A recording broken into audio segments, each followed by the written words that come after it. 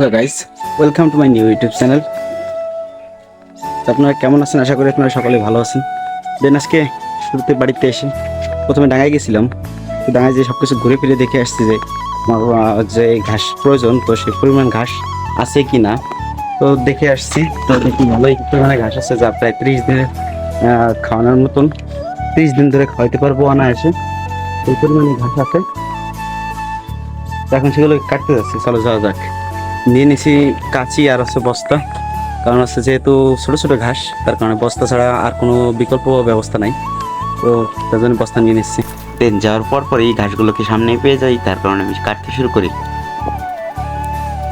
আপনাদেরকে দেখানো গত 1 ঘন্টার কাজ মাত্র 1 সেকেন্ডে কিংবা 1 মিনিটের মধ্যে আমি সারার চেষ্টা করেছিলাম।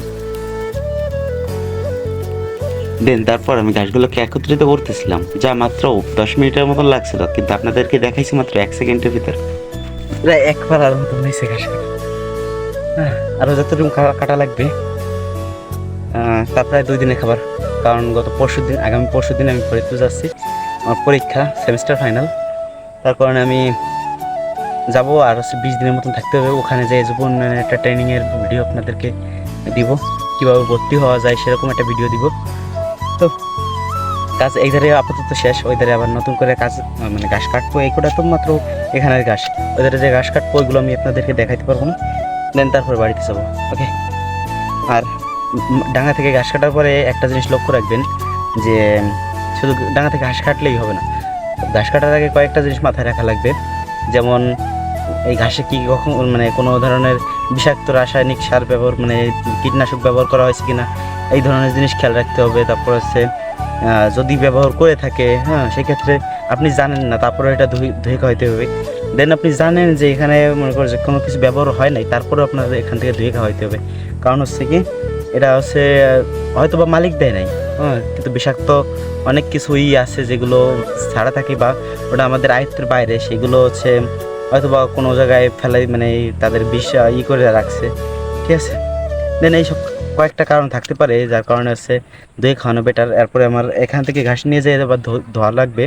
তো তারপরে ধুয়েটা আমি গরুকে খাবার দিব, এগুলো খেতে দিব আর কি। তো আপাতত ওই ধারে জমিতে যাই, ঘাসগুলো কেটে নিই, হ্যাঁ, তারপরে দেখা যাচ্ছে। 1 বস্তার উপরে ঘাস কাটা কমপ্লিট। এখন এখান থেকে প্রচুর পরিমাণে ঘাস, এই যে ঘাসগুলো দেখছি এগুলো কাটে নিলে নেওয়া যায়, কিন্তু এখন নেবো না। এখন ওই ধারে কাকিমা আমার ডাকতেছে যে এখানে কটা আমি ঘাস উঠাইবা নি, তুই কটা কাটিস কেনে, হয়ে যাবে না, নিয়ে যাস কেনে। তাতে প্রায় 2 দিনের খাবার হয়ে যাবে না, কষ্ট কমে যাবে। আচ্ছা।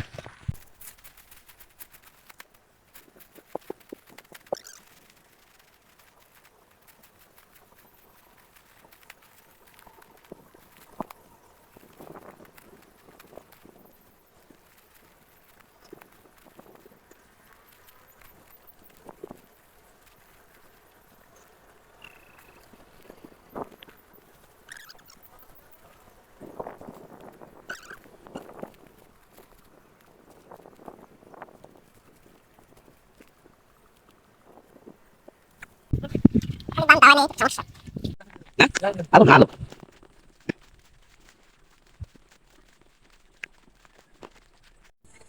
আসলে ঘাসগুলো কি এখানে ফেলাইতে বাধ্য হয়েছি, কারণ এখান থেকে না ধুয়ে নিয়ে গেলে আর পরে ধোয়া হবে না নি। আর না ধোয়ালে খাওয়াইলেও হয়তো বা দুর্ঘটনার শিকার হইলেও হইতে পারে। তার কারণে এখান থেকে ধুয়ে নিয়ে তারপরে বাড়িতে যাবো। তাছাড়াও আমি আরও কিছু ঘাস রয়েছে যেগুলো এখন আনা হয় নাই, তো আনতে হবে, সেগুলো আনা লাগবে।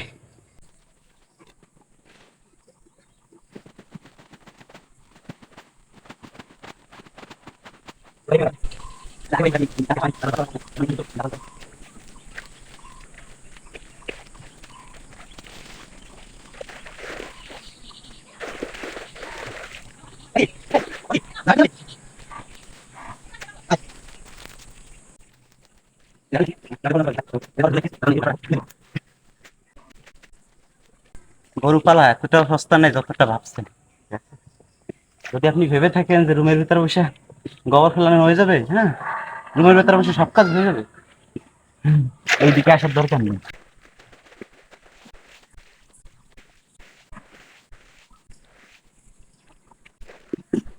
খালি বলি ভাই গরু পালা এতটা সস্তা না, আমাদের কুয়া, কিন্তু আমি খেয়াল করিনি যে এখানে করতাম সম্পূর্ণ শরীর ভিজে।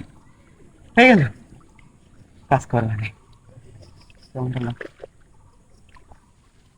ঘাস ওইদিকে চলে গেছে, আমি তো যেয়ে পড়ে গেছি। বেশ ভালো না?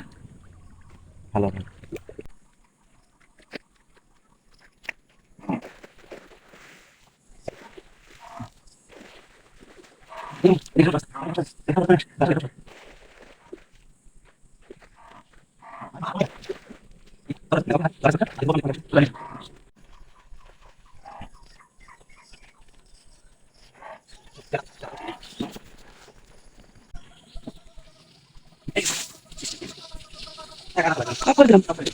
এখন যাইতে হবে বাড়ি, আর হচ্ছে নেট নিয়ে যাইতে হবে, কারণ ওইগুলো আর ধোয়া লাগবে না, ওগুলো নিজস্ব জমির, সম্ভবত পাট খেতের ভিতর হয়েছে, তো তার কারণে আর ধোয়া লাগবে না। চলো চলো নেট নিয়ে এসে, হ্যাঁ নেট নিয়ে নিছি, এখন যাবো মাঠে সেই ঘাসগুলো আনতে। এগুলো কি দেখতে পাচ্ছেন কিনা জানি না, তবে পিছনে এই যে ঘাস, আর পুকুরে, ওই পুকুরে আমি পড়ে গেছিলাম মাত্র, আর এখন আবার যাচ্ছি সেই রিপ্লাই করে সেই ডাঙার ভেতর। আর আপনাদেরকে আসার সময় ভিডিওগুলো দেখাইতে পারিনি, কারণ হচ্ছে পাট ক্ষেতের জন্য আর কি মনে করো দুই সাইড দিয়ে পাট, আরো তার সাথে মাঝে মানে মাথায় বস্তায় এক হাত দিয়ে, আরো সাথে বস্তার মুখে আর কি বাঁধার কিছু নাই, তার কারণে এক হাত দিয়েও ধরা সম্ভব হয় নাই, যেহেতু দুই হাত দিয়ে ধরে আনতে হয়েছে, সেই ক্ষেত্রে আমি আপনাদেরকে ভিডিও করে দেখাইতে পারিনি। আমার তো চার কেন হাত না ভাই, হ্যাঁ দুইখানি হাত দিয়ে বস্তা ধরেছিলাম, তার কারণে ভিডিও দেখাইতে পারিনি। তো এখন যাচ্ছি ফিরে আবার সেই ঘাসগুলোকে আনতে। তো ঘাসগুলোকে আনা হয়ে গেলে তারপরে আজকের মতে হয়তো বা স্নান টান করে। ও আরেকটা জিনিস বলে নিই, গরুর খামারে যে কষ্ট, আমার তো খামার না যদিও শখের পালতেছি, যদি প্রফিট হলো হলো, না হলে নাই, হ্যাঁ, তবে চেষ্টা করতেছি শেখার জন্য, ঠিক আছে। ভবিষ্যতে গরুর ডাক্তার হওয়ার একটা সুযোগ সুবিধা আছে, যুব উন্নয়নে যাবো, আপনাদের ফরিদপুর যে আর কি যুব উন্নয়নে যাবো, তো দেখা যাক ওখানে যে হয়তো আপনাদেরকে ভিডিও করে দেখাইতে পারি, নাও দেখাইতে পারি, হুম।